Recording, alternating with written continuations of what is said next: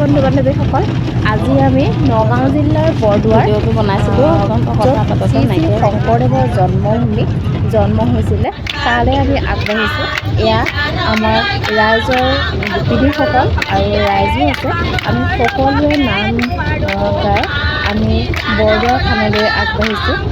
আমি গৈ আছোঁ সকলোৱে পৰিচিত নগাঁও জিলাৰ বৰদোৱাত আলিপুখুৰীত শ্ৰী শ্ৰী শংকৰদেৱৰ জন্ম হৈছিলে আৰু সেই জন্ম হোৱাৰ পিছৰে পৰা বৰদোৱাখন গোটেই অসম বিখ্যাত হৈ পৰিছিল।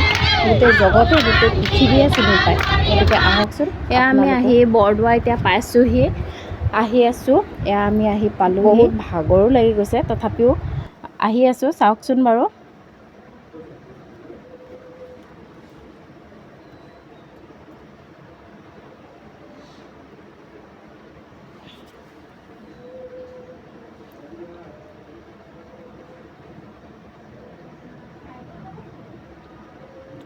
আগতকৈ সঁচাকৈ বহুত ধুনীয়া কৰিলে বৰদোৱা।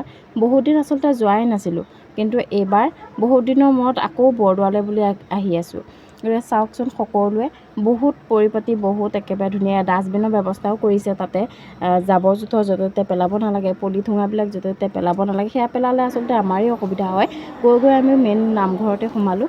তাতে সোমালোঁ। আমি যোৱা অকণ কিন্তু সোনকালেই হ'ল, নাম ধৰাই নাছিলে। আমাৰো ভাগ্য ভাল আছিলে। আমি তাতে সকলোৱে কথা বতৰা পাতিলোঁ, পাতি সেৱা জনালোঁ। সেৱা জনাই তাৰপিছতে কিছু সময়ৰ পিছতেই নাম ধৰিব।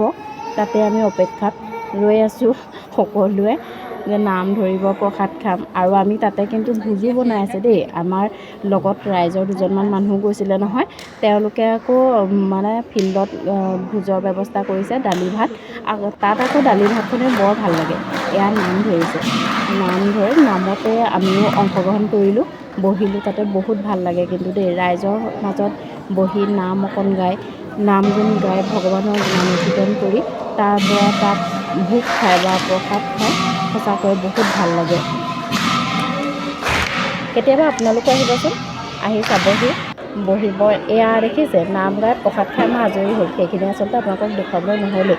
তাৰপিছতে আমি এয়া ভোজৰ ব্যৱস্থা কৰিছিলোঁ যে, এয়া ভোজ খাইছোঁ। ইয়াতে কি খাইছোঁ জানে? দালি ভাত, তাৰপিছতে আমাৰ ৰঙালাও আলু তেনেকৈ ভাজি, চব্জি এখন আছিলে। তাৰপিছতে কচু ভাজি আছিলে, চালাড আছিলে। তেনেকৈ আমি নিৰামিষেই মানে ভাত সাজ খালোঁ।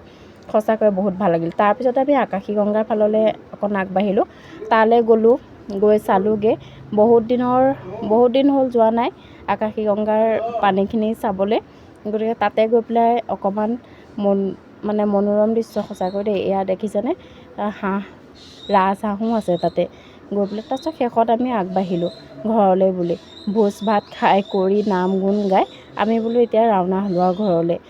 গুৰুজনৰ ওচৰত সেৱা জনালোঁ। সেৱা জনাই আমি ঘৰলৈ বুলি আগবাঢ়িলোঁ। আজিলৈ সামৰিছোঁ। কৃষ্ণ।